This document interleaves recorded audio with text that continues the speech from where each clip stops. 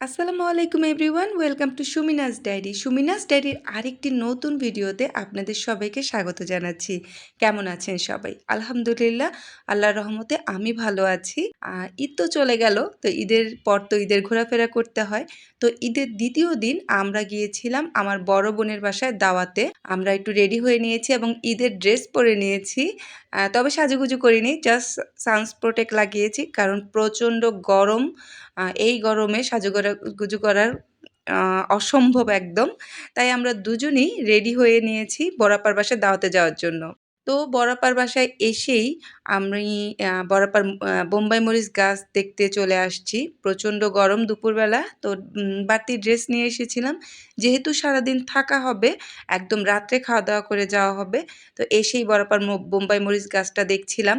এই মরিচগুলো বেশ সুস্বাদু। এটা যেমন ঝাল ঠিক তেমন এর ঘ্রাণ, মানে প্লেটে নিলে একদম মন ভরে যায়, এরকম একটা অবস্থা। তো বড় আপা তো অনেক রান্নাবান্না করেছে। তো বেশি, বেশি খাওয়ার জন্য বড় আপার গাছের বোম্বাই মরিচ ছিঁড়তে চলে আসছি আব্বার সাথে। তো আব্বা দেখাচ্ছিল অনেক বোম্বাই মরিচ ধরেছে মাশাআল্লাহ। দেখতেও বেশ ভালো লাগতেছে। আপনাদের কেমন লাগতেছে জানাবেন। আর কার এলাকায় এই মরিচকে কি নামে ডাকেন জানাতে কিন্তু ভুলবেন না। আমরা বোম্বাই মরিচই বলি। তো এরপর আমি বড়পা রান্নার ঘরে চলে এসেছি। বড়পা পোলাও রান্না করেছে, মুরগির রোস্ট, তারপর গরুর মাংস রান্না করেছে, যেটা চুই জাল দিয়ে রান্না করেছে। চুই জাল এর আগে আমার খাওয়া হয়নি, আজকে ফার্স্ট খাবো। এছাড়া বড়াপা শুটকি ভুনা করেছিল, আরও অনেক কিছু রান্না করেছে বড়াপা। দুলাভাই এইদিকে সালাদ মাখাচ্ছিল। আমি সব রান্নাবান্না কিন্তু আপার দেখাতেও পারিনি। আপা যেটা লাল মুরগি বলে, বড় মুরগিগুলো, ওইটা রান্না করেছিল, করলা ভাজি করেছিল, মুগ ডাল ভুনা করেছিল, নরমাল ডাল রান্না করেছিল, তারপর ডিম ভুনা করেছিল, আরও অনেক কিছু। সবকিছু আমার ভিডিও করা হয়নি। এছাড়া এদিকে আমার বড় ভাগ্নি বোরহানিও তৈরি করেছিল। বেশ মজা হয়েছিল সবকিছুই, সব খাবারই। আমি অবশ্য একবারে সব খাবার খেতে পারিনি। কিছু রাত্রে খেয়েছি, কিছু দুপুরে খেয়েছি। কারণ এত আইটেম, কোনটা রেখে কোনটা খাবো এটা তো স্বাভাবিক। আর প্রতিটা আইটেমই অনেক বেশি মজা হয়েছিল। আর ওই যে বলছিলাম ১ম চুই জাল খাবো।